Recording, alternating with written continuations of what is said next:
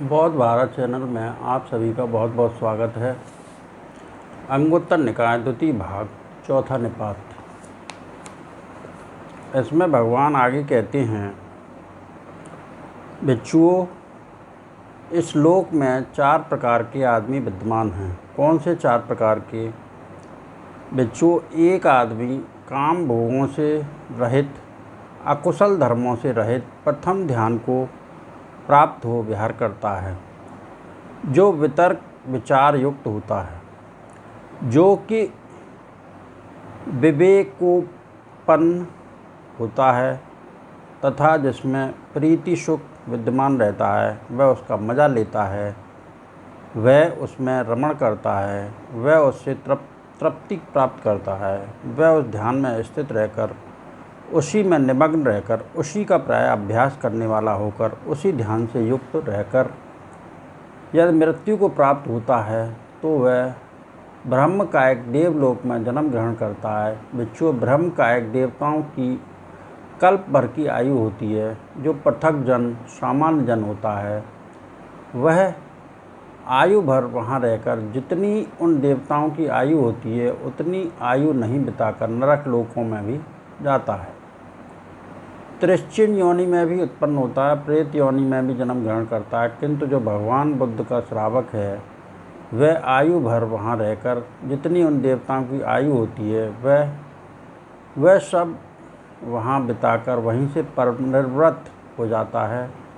भिक्षुओं, अश्रुत पृथकजन तथा धर्म श्रुत आर्य श्रावक का यही अंतर है, यही भेद है, यही विशेषता है, जो कि गति के संबंध में, उत्पत्ति के संबंध में। फिर भिक्षुओं एक आदमी वितर्क और विचारों के उपशमन से उत्पन्न अंदर की प्रसन्नता और एकाग्रता रूपी द्वितीय ध्यान को प्राप्त हो विहार करता है, जिसमें न वितर्क होती हैं न विचार, जो समाधि से उत्पन्न होता है और जिसमें प्रीति तथा सुख रहती हैं। वह उसका मज़ा लेता है, वह उसमें रमण करता है, वह उसमें तृप्ति प्राप्त करता है, वह ध्यान में स्थित रहकर, उसी में निमग्न रहकर, उसी का प्राय अभ्यास करने वाला होकर, उसी ध्यान से युक्त रहकर यदि मृत्यु को प्राप्त होता है तो वह आब स्वर देवलोक में जन्म ग्रहण करता है। भिक्षु, आब स्वर में देवताओं की 2 कल्प की आयु होती है। जो पृथक जन सामान्य जन होता है, वह आयु भर वहाँ रहकर जितनी उन देवताओं की आयु होती है उतनी आयु वहाँ बिताकर नरक लोक में जाता है। तिरश्चिन योनि में भी उत्पन्न होता है, प्रेत योनि में भी जन्म ग्रहण करता है। किंतु जो भगवान बुद्ध का श्रावक होता है, वह आयु भर वहाँ रहकर जितनी उन देवताओं की आयु होती है वह सब वहाँ बिताकर वहीं से परिनिवृत्त हो जाता है। भिक्षुओं, अश्रुत पृथक जन तथा धर्म श्रुत आर्य श्रावक का यही अंतर है, यही भेद है, यही विशेषता है, जो कि यह गति के संबंध में, उत्पत्ति के संबंध में। फिर भिक्षुओं एक आदमी प्रीति से भी विरक्त हो उपेक्षावान बन विचरता है, स्मृतिवान ज्ञानवान होता है और चित्त काय से सुख का अनुभव करता है। वह तृतीय ध्यान को प्राप्त करता है, जिसे पंडित जन उपेक्षावान, स्मृतिवान, सुखपूर्वक विहार करने वाला कहते हैं। वह उसका मज़ा लेता है, वह उसमें रमण करता है, वह उसमें तृप्ति प्राप्त करता है, वह उस ध्यान में स्थित रहकर उसी में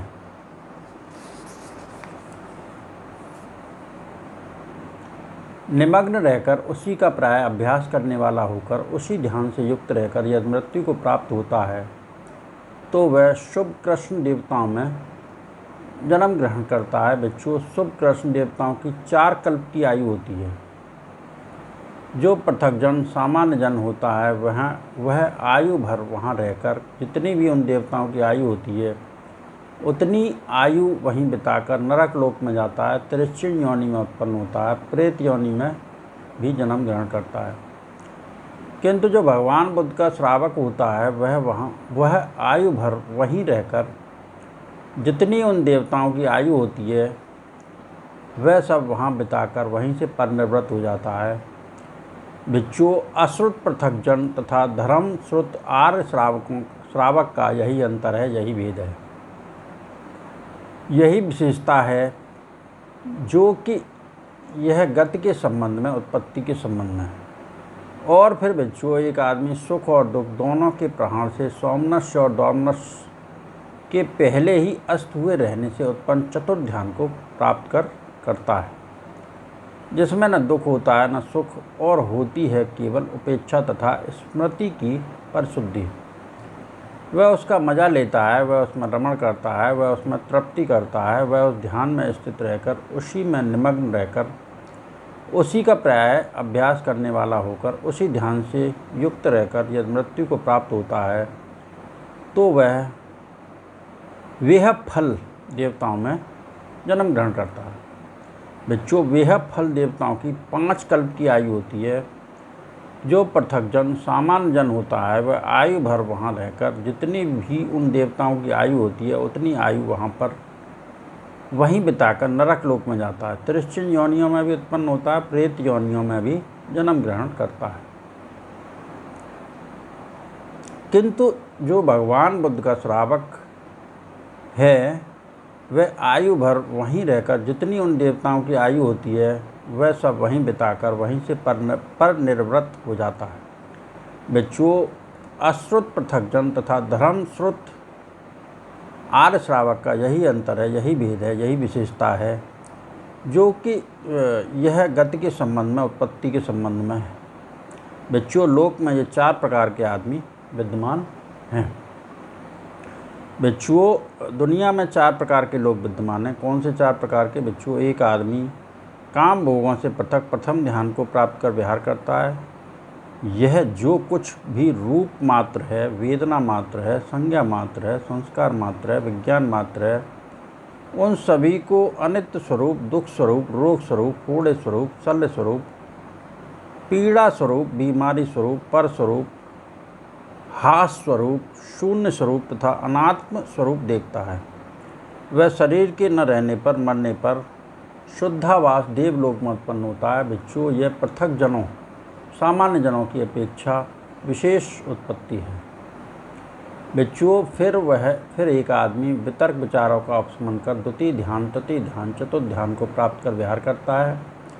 वह जो कुछ भी रूप मात्र है, वेदना मात्र है, संज्ञा मात्र है, संस्कार मात्र है, विज्ञान मात्र है, इन सभी को अनित्य स्वरूप, दुख स्वरूप, रोग स्वरूप, कूड़े स्वरूप, शल्य स्वरूप, पीड़ा स्वरूप, बीमारी स्वरूप, पर स्वरूप, हास स्वरूप, शून्य स्वरूप तथा अनात्म स्वरूप देखता है। वह शरीर के न रहने पर, मरने पर शुद्धावास देवलोक में उत्पन्न होता है।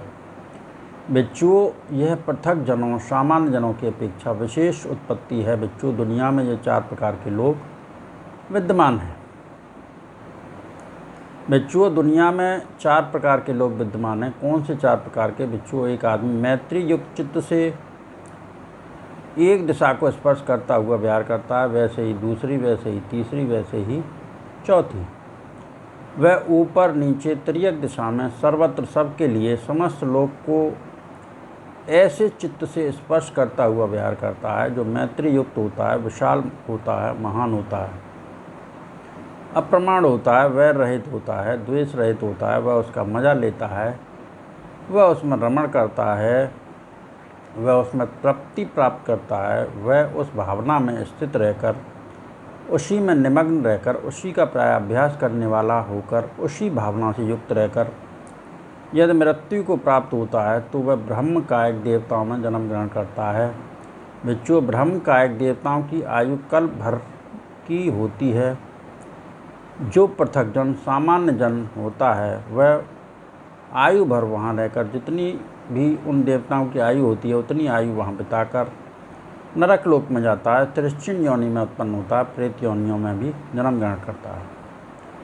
किंतु जो भगवान बुद्ध का श्रावक है, वह आयु भर वहीं रहकर जितनी उन देवताओं की आयु होती है वह सब वहीं बिताकर वहीं से पर निर्वृत्त हो जाता है। बच्चों, अश्रुत पृथक जन तथा धर्म श्रुत आर्य श्रावक का यही अंतर है, यही भेद है, यही विशेषता है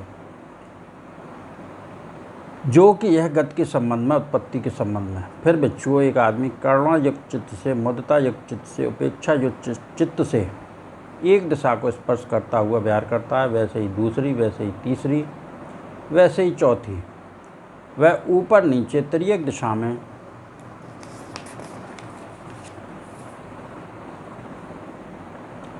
सर्वत्र सबके लिए, समस्त लोगों को ऐसे चित्त से स्पर्श करता हुआ विहार करता है जो मैत्री युक्त होता है, विशाल होता है, महान होता है, अप्रमाण होता है, वैर रहित होता है, द्वेष रहित होता है। वह उसका मजा लेता है, वह उसमें रमण करता है, वह उसमें तृप्ति प्राप्त करता है।